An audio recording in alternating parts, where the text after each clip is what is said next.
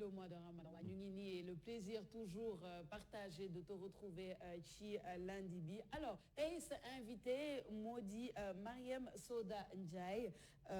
député membre de la coalition Aar Sénégal moo war a ñëw ci plateau bi laata ñu koy accueillir fii ci plateau bi bëggoon nañ xam lan mooy actualité bi actuellement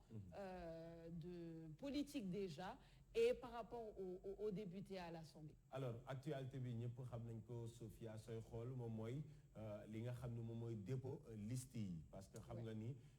defoon nañ ab tirage au sort pour mun a xool naka la ñuy def ba nga xam ni dépôt bi di am benn jafe-jafe démb nag la ñu amal li nga xam ne moom moo di dépôt ji moom moo nekkoon date bu mujj bi c'était hier à minuit te si xayma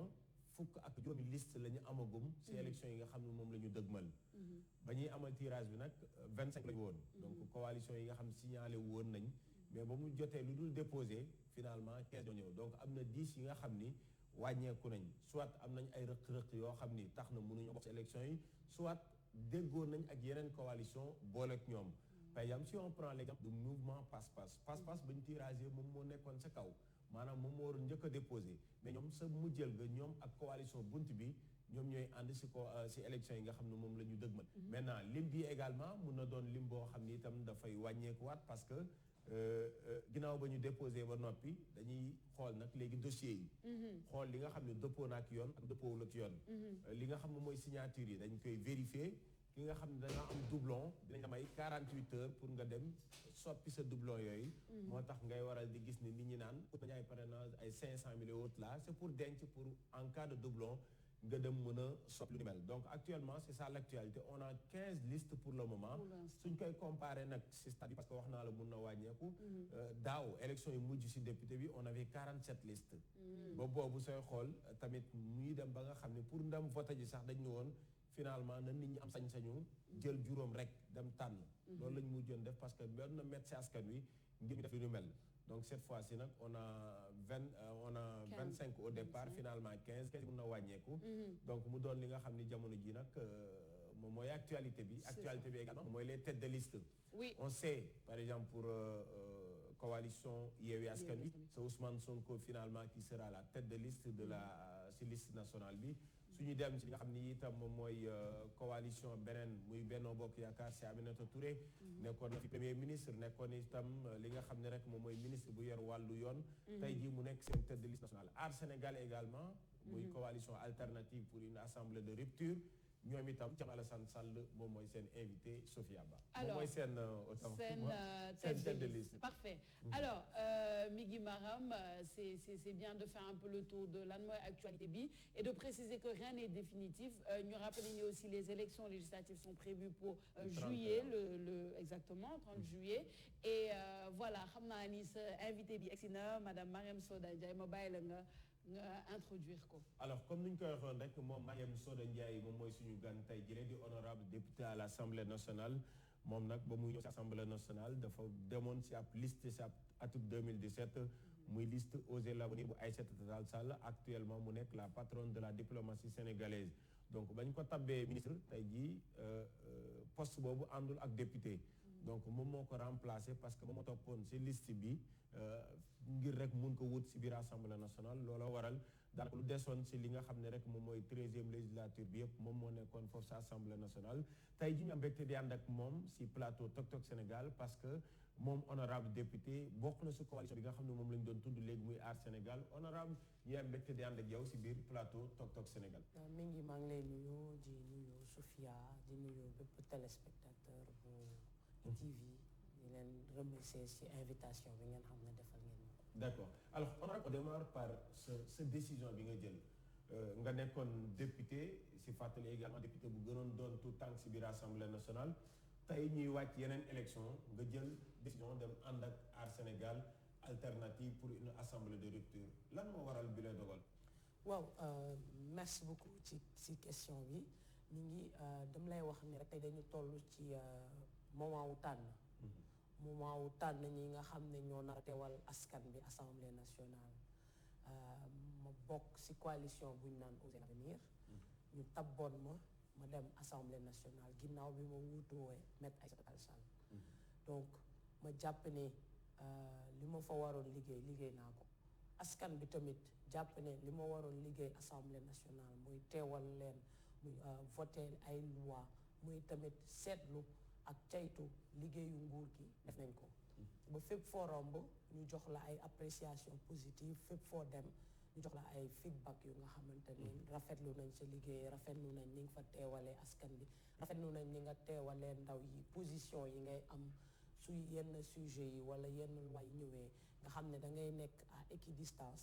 de tout clivage wala de tout bord politique teewal askan bi parce que député dañ ne la yow lañ tànn yow lañ tabb pour nga teewal askan bi loolu nag ci moment bi nga xam ne da ngay choisir ginnaaw bi ñu xoolee ñi nga xam ne mën nañ ànd ak ñoom wala ñi nga xam ne mënuñu ànd ak moom ñii suñu xel jàpp ak en fonction de suñu conviction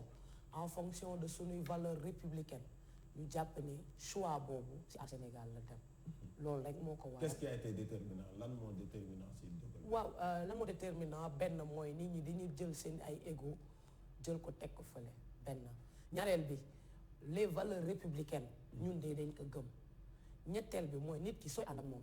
day fekk ngeen am ay valeurs yu nga xamante ne am ngeen ko war ngeen ko mën a développer war ngeen mën a bâtir ensemble une équipe solide pour le Sénégal te loolu nag xëy na choix bi si à Sénégal la dem ndax foofu mun nga ne tey ay compétences yu am solo ñu ngi fa ku ci mel ni juge Dème ku ci mel ni Cheikh Oumar Sy ku ci mel ni Abdourahmane Diouf ku ci mel ni Thierno Bocoum ku ci mel ni Thierno Alassane Sall ku ci mel ni ñeneen i ndaw yi nga xam ne itam xëy na bu liste bi génnee di ngeen xam de quoi recouvre cette liste du su nekkoon dem falu rek mooy tax dañuy dem fu mu mi gën a nooyee wala fi nga xamee ne am nga ay opportunité falu mais nga falu ba pare ñu tënk la je pense que ni dem ànd ak li nga xam ne ëllëg si biir soo taxawee assemblée nationale am yenn position yi day nekk position dëgg kenn du ne la si man nga la nga woon a falu je pense que ne loolu moo waral tey ñun ñu jàpp ne askan bi voter utile baax na de mais pour que ñu am assemblée nationale de qualité man de loolu laa jàpp il faudrait que ñu fal ay députés de qualité te loolu nag si askan bi lay jóge parce que ñoom ñooy tabb te tey boo jëlee 13e législature bi su ma la laajoon laaj Sophia wala laaj caméraman yi mu fi nekkal soo leen laajee li ñu lay njëkk a wax mooy kontaan nañu ci assemblée nationale. D'accord. kontaan nañu ci taxawaayu yenn député yi. donc léegi nag askan bi bal bi day jugee ci ñoom delluwaat ci ñoom. bu ñu bañee peut-être jip wala xarab yenn taxawaayu député yi nañu tànnin bi gën non pour folli wala pour ñi nga xam ne peut-être am na lu ñu présenté te jàpp ñooñu méngoowul ak suñu gëm-gëm. D'accord. on aura peut-être le temps d'évaluer législature boobu nga xam ne moom nga bokk mais damay descendi ba tey ci dogal bi nga jël ak les dernières informations yi nga xam ni moom moo gën parce que selon les informations de nos confrères de ce matin Mariam Soda est sur la liste nationale 4e position est-ce que d'abord vous confirmez cette information? Bon leen loolu yëpp amul solo parce que comme ce propos confrères yi ngay wax xam lan moo am solo Mariam Soda bu ko yóbbuwee assemblée nationale lan la fay dem nee naa la xam nga Sénégal li ko yàq mooy les gens wala les personnes raisonnent en termes de personnes ñun dama ne la équipe lañ tànn équipe nag kii day mën football kii mën dóor penalty kii mën dóor coup franc kii nga xam ne mën na dem négocier et cetera parce que ñun fi ñu jëm du suñu ay personnes moo ñu itteel fi ñu jëm lan moo ñu itteel mooy enjeu yi nga xamante ne tey Sénégal si la toll enjeu fexe ba chômage des jeunes chômage endémique des jeunes jóge fi enjeu fexe ba ronga ñu baadoo la dootul siim cere buur leneen li nga xam ne lañ soxla mooy fexe ba nga xamante ne assemblée nationale dinañ mun a teewal askan bi comme ni ñu ko bëggee fexe ba nga xamante ne en termes de représentation député yi dinañ représenter voter ay loi ba pare di suivre l'action du gouvernement leneen li nag amul solo parce que y a une vie je le dis après le parlement. mais si wàllu politique yow Mariam Soda fa la nga war a mën a féetalee est-ce que dañoo war a mën a jàpp ni Mariam Soda société civile la bokk wala si wàllu politique am nga si benn gëm-gëm. waaw am naa chance nekk si ñaari pôle yëpp. am na chance mën nga si ñaari ma yegg si rek parce que dama am chance. liggéey si ay organisation non gouvernementale nekk fa chargé de programme nekk géographe de formation di liggéey lu bëri ak communauté yi. yàlla boole ma am chance xam lan mooy société civile si loolu man dama jàpp ni c'est bien d'être dans la rue publique mais les choses sérieuses se décident dans la République donc man amuma bi ma waree dem adhérer ci parti dama jël sama courage à 2 mains dem bokk ci parti société civile nag li ma fa boole mooy sama wàllum liggéey te ba tey ñu ma fay nekkee ma ngi continuer di leen taxawal maintenant nag am naa posture partisane bokk Osez l'Avenir sama engagement civique et citoyen départ 23 juin bañ taxawee ñun ñëpp assemblée nationale ne suñu constitution buñ ko laal buñ ko dege loolu nag moo may wéy di ma wéy ba yóbbu ma ci parti ma gëm ne suñu bëggee changer mbir yi il faudrait que ñu nekk dans les partis politiques moo waral ma dem parti socialiste bi ñu demee ba gis ni parti socialiste kat ak Me Aïssata Tall Sall xëy na seeni gis-gis woroona ma ànd ak moom avec courage nekk membre fondateur Osez l'Avenir parce que position bu ñu am rek dafa war a nekk une position assumée man ku ma xam ne nekkuma di wër-wërloo wala samay position dama koy assumer mais da nga koy assumer da nga ni parti socialiste tey suñuy xool yow fi nga bokk ji ñan ñoo fa nekk nga xam ni APR la ñu nekkoon ki nga xam ni ñoo xam ni Rewmi la ñu nekkoon est-ce que tey ji tamit honorable nekkoon di confirmer lu nit ñi di wax ni daanaka idéologie amatul fii si biir Sénégal dañu ànd rek pour dem man de sama leader déggoo naa ko muy wax tous les partis sont partis bi ñuy lancé suñu mouvement mais gëm-gëm yi tamit am na kenn ku nekk sa gëm-gëm waaw maa xam nga lan laa gëm taxawal Sénégal ñëpp xam nañ ne samay position socialiste dama ko assumé mais lan laa gëm bu Sénégal soxlawee ñun ñëpp dañu war a dindi suñu mbubu politique ñëw taxaw maintenant nag taxaw bi du parce que dañu am ay intérêt yu taxaw nii taxaw bi dafa war a nekk ay valeurs taxaw bi dafa war a nekk des valeurs républicaines taxaw bi dafa war a nekk ne suñu réew moo soxla suñu réew moo am pour tànn ay député yu gën pour mu teewal leen loolu moo waral bi ma xool jikko ku nekk jikko yi ma doy dama ko gis ci Aar Sénégal. pourquoi pas Yewwi waaw je pense que tey su ma demoon Yewwi dama fay dem par opportunisme te man ku ma xam ne maa yem soo n'est pas opportuniste c'est vrai waxtaan nag ñoom du ma ko weddi waxtaan nañu de manière très poussée mais bi ma demee ba gis ne su ma demee foofu am na ki nga xamante ne xëy na ba Yewwi di tegu moom liggéey na liggéey boo nga xamante ne bu ma ñëwee mën naa ko xañ place am ma ne li gën a yenu maanaa de mooy ma dem àndi de ñeneen sos leneen lu bees lu nga xamante ne dinañ ko jéem a Sénégal éthique rek moo tax xëy na dem mooy alors waxu ko sànq taxawu Sénégal le 23 juin Mame Soda faisait partie des années en arrière ñi nga xam ne dañoo taxaw ne suñu constitution kenn du ko laal est-ce que si c'est à refaire en 2024 wala dans quelques années ce sera la même position. Oui ça moom il n'y a pas l'ombre d'un doute suñu constitution fii dañ koy respecté te ñun bokk nañ ci génération yi nga xam ne amuñu droit di ko salfañe wala di nekk dans des compromissions yu nga xamante dañ koy salfañe pour venir peut-être ci li ñuy wax man jàpp naa ne 3e mandat fii ci réew mi ñu am président Macky Sall mandat wam jeex na mandat wam dafa jeex c'est arrivé à terme maintenant ban offre politique lañ ñuy tegal parce que moom bokkatu la président Macky Sall def na ñaari mandat nul ne peut faire 2 mandats consécutifs il a fait 2 mandats consécutifs pare na tàggoo ci tàggoo yi gën a rafet pour que ëllëg ci biir ñu koy citer en exemple parce que leneen lu mu fi def guddal jël na te su boobaa dina metti torop ci moom dina metti ci ay waa këram parce que ñi ko fi jéemoon def gis nañ tey lu mu leen jural et je pense que ni président Macky Sall am na pour moment pour tàggoog sénégalais yi tàggoo bi gën a rafet parce que tey de 2000 à 2022 président Macky Sall mi ngi dans les sphères du pouvoir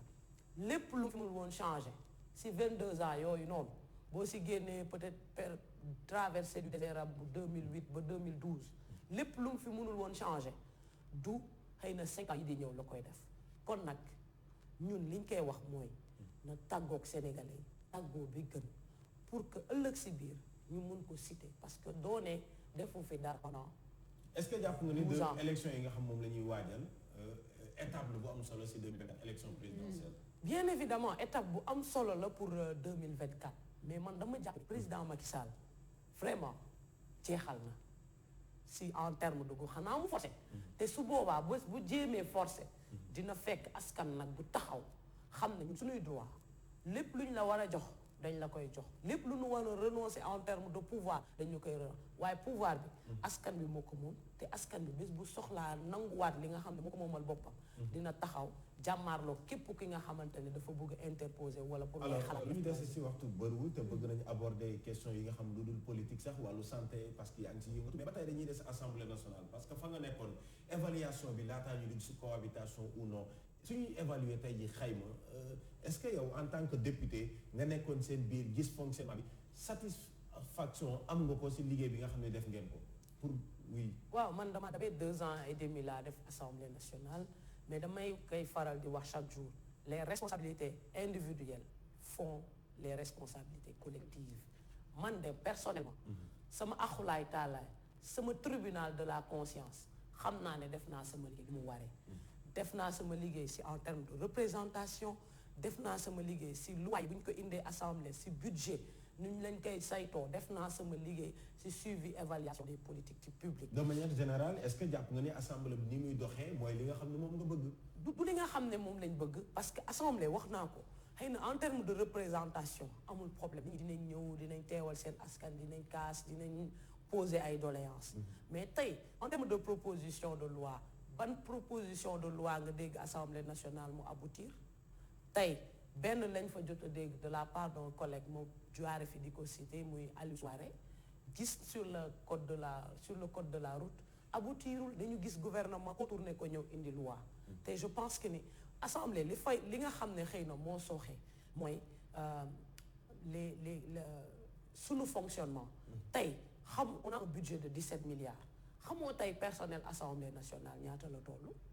xamoo ko et loolu askan bi daf ko war a poser en termes de redevabilité tey boo demee fu ñu naan service législatif assemblée nationale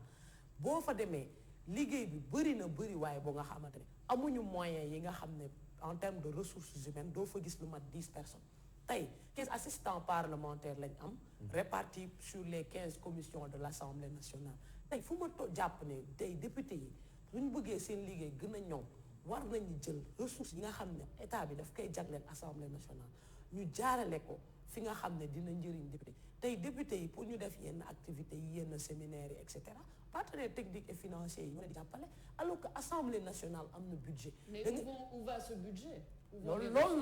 nag moo jar a laaj loolu noonu moo jar a posé ba fi ñu jëm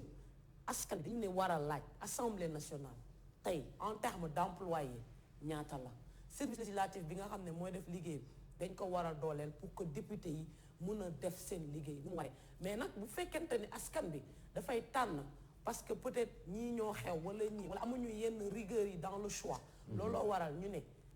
voter utile c'est bien mais voter pour un député utile c'est encore mieux. est-ce que jàpp nga ni soppite mun na am cette fois-ci.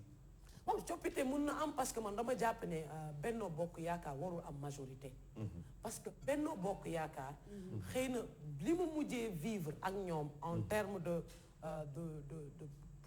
proposition de loi jëm ci modification code électoral bi ay nit dem ci dialogue politique bi waxtaan ba pare